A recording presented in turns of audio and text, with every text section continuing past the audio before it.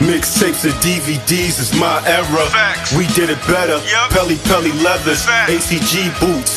We 80s babies and early 90s when it got grimy. real. I was out of this world, you could not find me unless you check the lobby. Hustling was my hobby. We was lobby boys Yep. before Jim Jones. You could catch me in Harlem eating Jimbos. DVD Era TV back at y'all with another one. Y'all know the slogan. Let's get straight into this one. Now in the DVD era, two of the biggest groups in Philly, State Property and Major Figures, would clash. Now State Property and Major Figures was once cool, and members of their crews even worked on music together with each other. Now after Beanie Sigel signed the Rockefeller, it said that Major Figures was set to sign with the Rock as well. Initially Bean signed a Rockefeller. Major Figures was supposed to sign a Rockefeller. We got 12 points, man. We would have to sell a quadrillion records to make some goddamn money, man. So I turned the deal down. Major Figures members Dutch and Spade was also offered a deal at Rockefeller, but they would turn down Jay-Z's offer. Hove, you was right, and I'm gonna be honest with that. We should have never turned that down because he just didn't offer us a deal.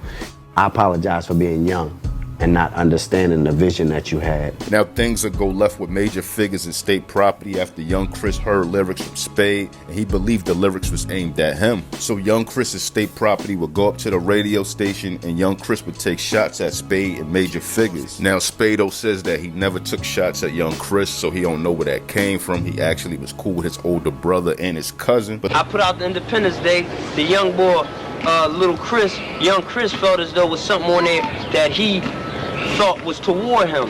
And he's a nigga I watched grow up from down here. You know what I'm saying? Me and his big brother was friends. Me and his cousin best friends. You know what I'm saying? We from the same neighborhood. But Spade didn't waste no time getting back at young Chris.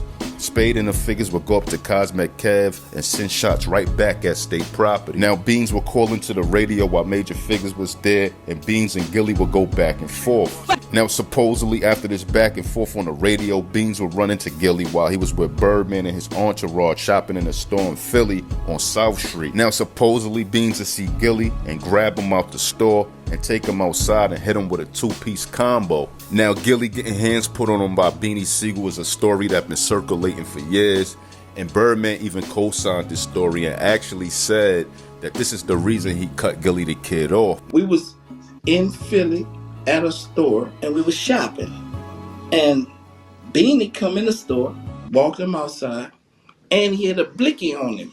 We all got blickies on us. I got 100 with me. But they grabbed him and brought him outside. And then whoop whoop, and he ain't do nothing. I lost all respect for him, and then I stopped with him.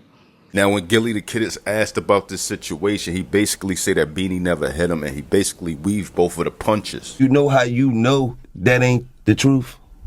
Cause me and Beanie Sigel cool to this day. Now let me know in the comment section if you think Gilly capped it. Do you feel like Gilly really got hands put on him by Beans? Or he really ducked and weaved Beanie Sigel punches? Let me know in the comment section if y'all feel like Gilly telling the truth or if he's capping. Now on a much serious note, a person behind this whole State Property and Major Figures beef lost their life. Now the person who lost their life was a friend of young Chris and Neef. Now the friend that was killed was LA. Now supposedly LA seen Spado at a festival in Philly earlier that day and attacked Spado. And later on that night, Spado and his homie would see LA, and LA would be killed that night. Now Spado was charged for this murder, and he began his sentence in like 2002, and I believe he did 11 years for this murder. Now the Young Guns have mentioned LA on a Tough Love album a few times, mainly on a song called A Life We Chose featuring Denim. Now on this record, Chris speaks about LA brother being mad about him dying and all that, and that brother actually is Trendsetter Shady. So LA little brother grew up to be Trendsetter Shady, you know, affiliate with OBH and a rapper and somebody out of Philly. Now this whole situation is sad and very touchy, but thankfully State Property and Major Figures was able to squash their beef and put things behind them.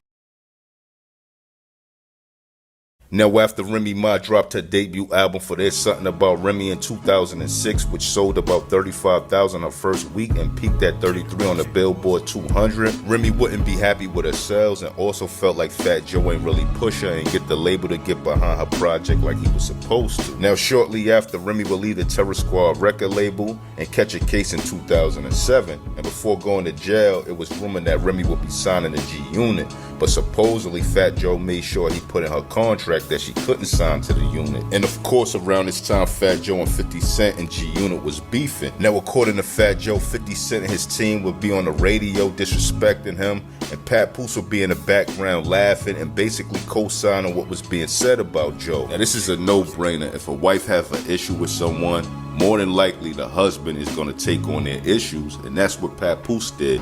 Now, according to Fat Joe, he has a show in North Carolina, and he hears that Papoose is in that same hotel in Cassidy Room. I know that's ironic, hotel, Cassidy Room. I know it's kind of crazy.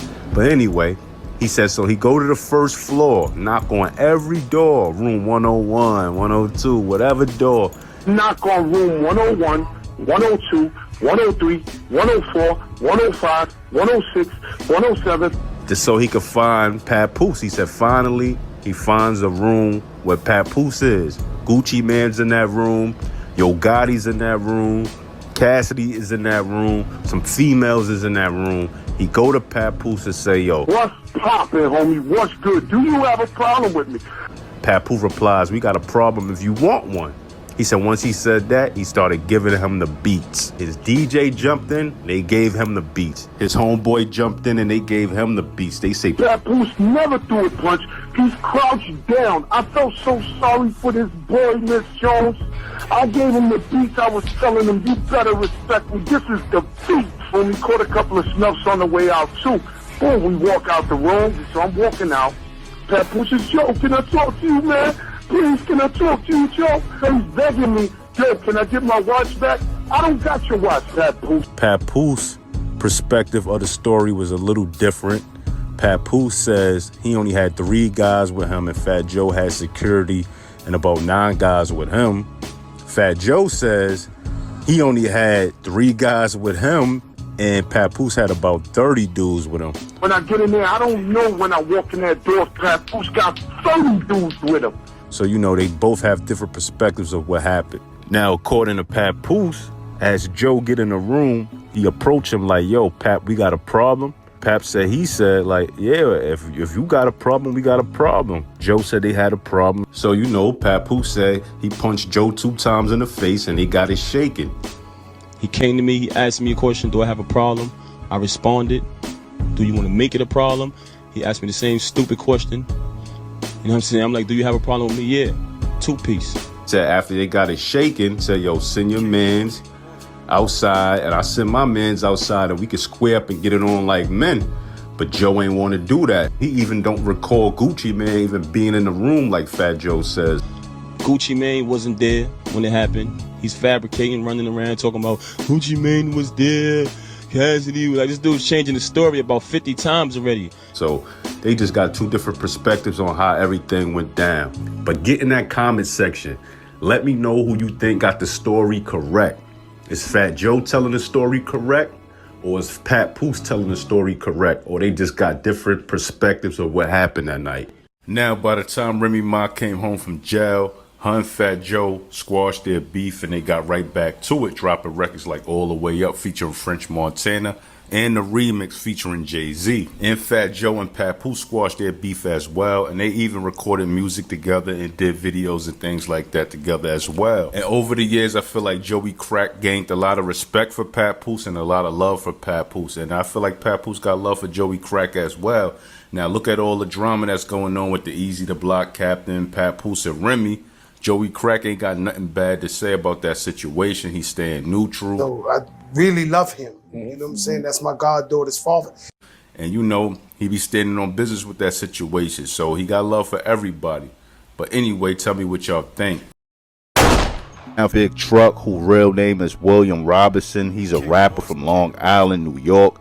And he's worked with other artists from Long Island like Keith Murray and Busta Rhymes. And he actually was supposed to be a member of Flipmo Squad. Now, he went to prison a few times, and he even went to prison for first-degree assault, bail jumping, and possession of a weapon, and he was sentenced that time to 8.5 to 10 years. Now, supposedly, Big Truck is a real street dude that really was putting in work and living that life. He just was trying to make a transition to the rap industry. Now, Cutmaster C, he introduced Big Truck and Uncle Murda to each other. in a store on Long Island, like those that sell a mixtape, DVDs, and a few t-shirts and all that.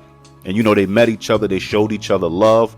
Uncle Murda thought it would be a good idea that him and Big Truck did a record together.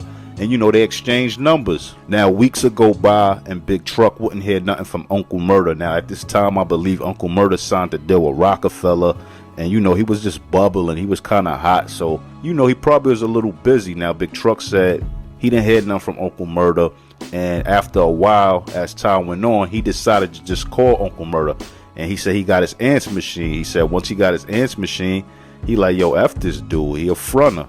Now, the whole situation that sparked off the beef between Uncle Murda and Big Truck is one of Big Truck's homeboys had beef with Cutmaster C. So when Cutmaster C came to that same store that Big Truck and Uncle Murda met each other, it was guys outside that was waiting to jump on Cutmaster C, beat him up, dig his pockets, and record it for another DVD. So finally, Cutmaster C will holler at Big Truck, and Big Truck will be like, yo, I'm gonna give you a pass. This is my hood, I run this hood. I'm gonna give you a pass. Ain't nobody gonna touch you.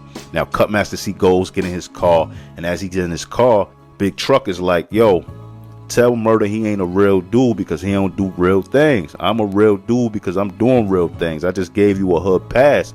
I could have let all them dudes outside get at you. And Cutmaster C like, nah, I ain't telling Murda that.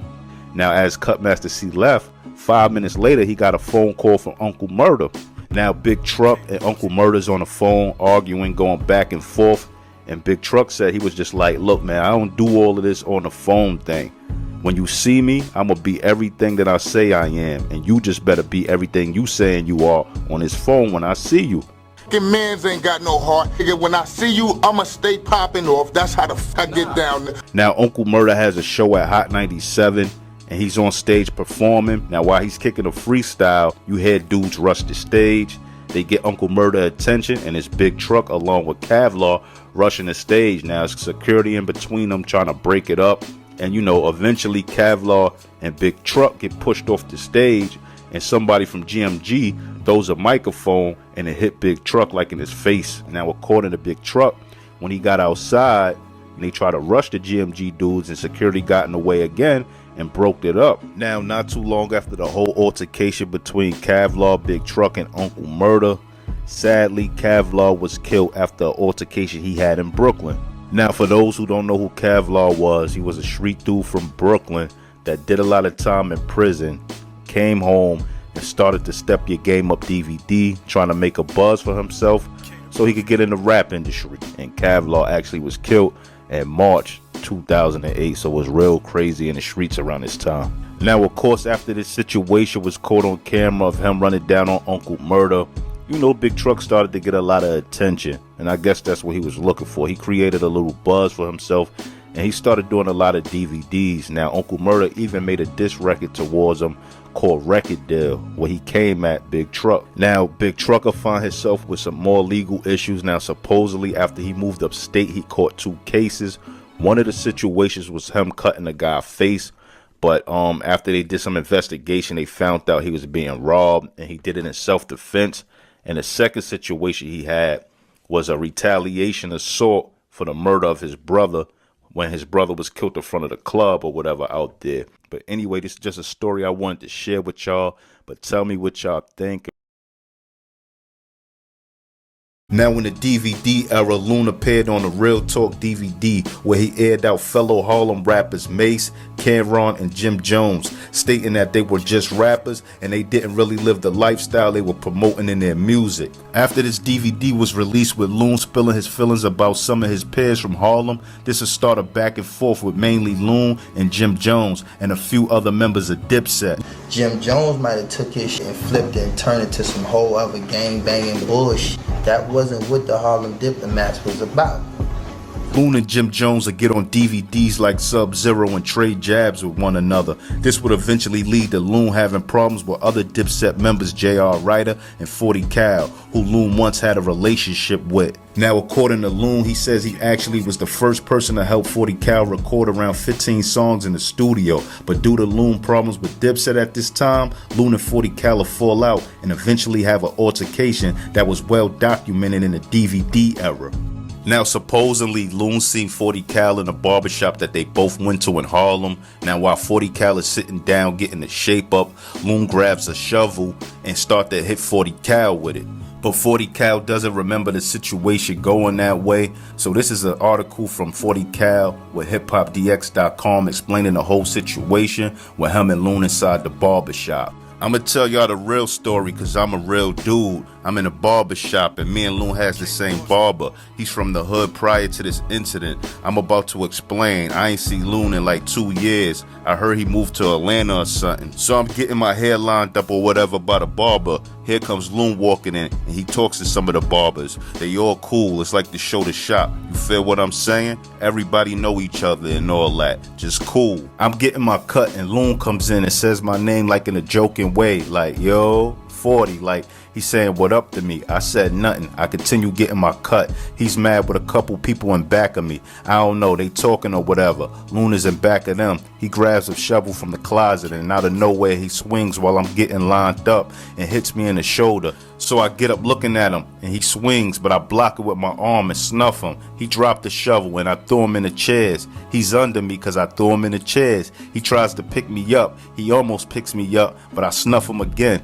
so he dropped me. He falls off me, then dudes break it up. I tell Loon, let's take it outside. Let's fight again. Like, you know, let's get it over with. You got something on your chest? Loon grabs the shovel again. I say, you can't fight without the shovel? This guy drops the shovel and go runs and jump in some little hoopty. I didn't start laughing. I'm still mad at what's going on. I just go finish getting my lineup and call a few of my guys and call it a day. He wasn't nowhere to be found for the day. That's the story. I mean, if a dude want to get points off that because he mad at Jimmy, so he try to get at me and try to get a point, he get nothing. He lost points. I heard he broke his pinky after the whole incident.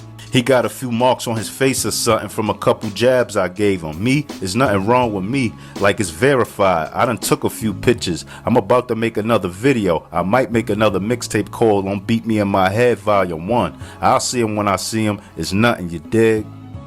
Now, after the whole altercation with Loon and 40 Cal, they both would get on hip-hop DVDs and talk about the situation. Now, actually, after this whole altercation, too, they were on Hot 97 live on air speaking about the situation with DJ Envy and Miss Jones. I got up, snuffed him up, threw him in the chairs. He ran, broke his feet. Dude sound like Steven Seagal in every statement he makes. Now, after they were on air at Hot 97, 40 Cal would drop a diss record called Rockabye Baby, getting that Loon. Now, after the whole back and forth live on Hot 97 with Loon and 40 Cal, and after 40 Cal put out his diss record towards Loon, when Loon was on these underground hip-hop DVDs and they asked him about the fight with 40 Cal, he'd kind of shy away from the question and act like it never happened. He was looking at it from a perspective as like he don't have a squeaky clean record, and what happens in the streets is stay in the street. And dog, stop making all these statements somebody hit you with a shovel and did all this shit to you, B. I ain't do nothing to you. Now, even though Loon kind of stopped talking about these street situations on these hip-hop DVDs, he would still put out a mixtape for the Wizard of Harlem, which was like a mixtape album.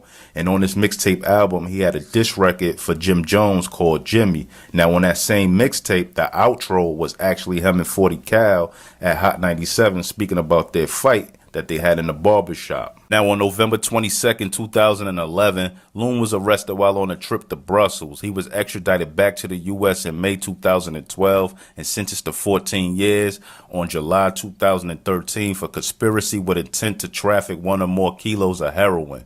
Due to the COVID pandemic, Loon was granted an early release on July 29th, 2020. Now, Loon is currently following his Muslim beliefs, and he's currently living his life as a righteous, God-fearing man. So shout out to Loon. But anyway, this is just a classic little hip-hop story from them DVD eras.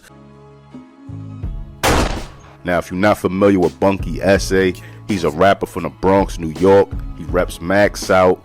Now, he was originally working with Lil' Kim, and he wrote a few records on her La Bella Mafia album, and he also wrote for Benzino when Benzino was dissing Eminem. Now, Bunky SA hooked up with Lil' Kim because his homeboy Al Jeter and Ill Bill started Max Out with D-Rock, who was Junior Mafia and Biggie homeboy, and Lakey the Kid. Now, Al Jeter was doing security for Puff, and Ill Bill was down with Junior Mafia in his later years.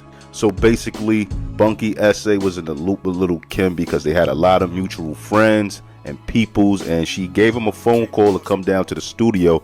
And according to him, he ain't have nothing going on. He was living in the projects, so of course he was gonna go to the studio and work with Lil' Kim. So he was down with Queen B Records, and you know, he was in the loop with her for the La Bella Mafia album, and that's before Maino came on board and started working with Kim actually too. And also Bunky SA got writers credits for the La Bella Mafia album and a platinum plaque from Atlantic Records. And Bunky SA used to be real cool with Math Hoffa as well. So for y'all that think he just came out of nowhere getting that Maino, he had a little name for himself.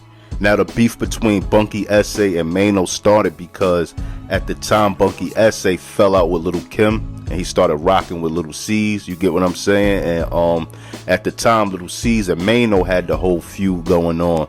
So Bunky SA was trying to hold down Lil' C's in the situation. And at this time, Maino was rocking with Lil' Kim, and Lil' Kim wasn't rocking with Lil' C's because she felt he snitched on her.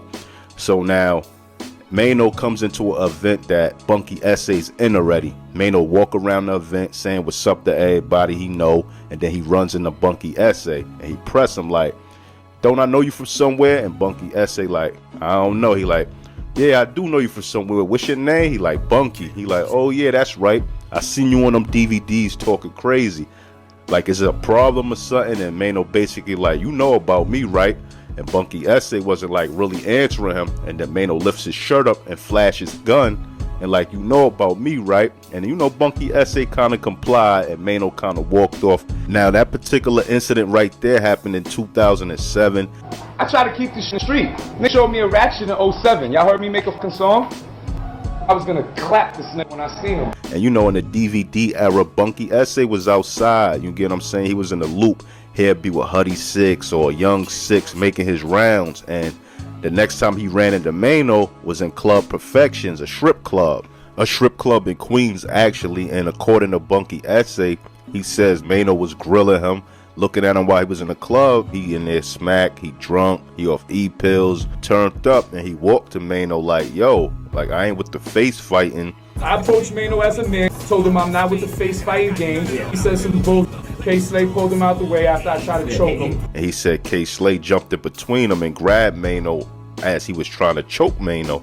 He said they turned the cameras on and they got it popping, and that's when they jumped Bunky SA in that strip club. They beat him up. He was trying to reach for the register and it just got crazy. Now Bunky SA said the reason he reached for the register was to hit one of them upside the head, but it was chained down to the bar, so it couldn't come off of the table. So you know, they jumped him. He was bleeding, but they never knocked him out or nothing like that. He stood up, you know, and took his licking. Now the footage of Bunky SA being jumped by Maino and Hustle Hard was on World Star, and you know Bunky SA actually responded to the video being posted on World Star on ForbesDVD.com. Now from this interview, he got a lot of attention and his buzz started to pick up a lot because he was on Nostrand Ave burning Maino's black flags that he was wearing at the time, and he was calling Maino out to a fight. He said, "We could lock in the elevator and fight for 10,000. I'll put a cigarette in my mouth and we could get it on." And he was disrespecting Maino and coming at Maino. From there, his whole little buzz picked up. So now Maino never really responded to this interview of Bunky SA on ForbesDVD.com and World Star because, you know, at the time Maino was lit. This was like 2010. He done had a few hit records out and he was doing his thing. So I guess he ain't really want to give Bunky SA no clout. But his homeboy Hustle Hard Gotti responded to Bunky SA, and he exposed the fact that Maino backed the slammer out on him when he seen him at the event he was at, and he also explained them beating him up and jumping him, and you know, he had a little entertaining response. "You was holding on to the cash register like you was trying to get your money back. What, you wanted a refund?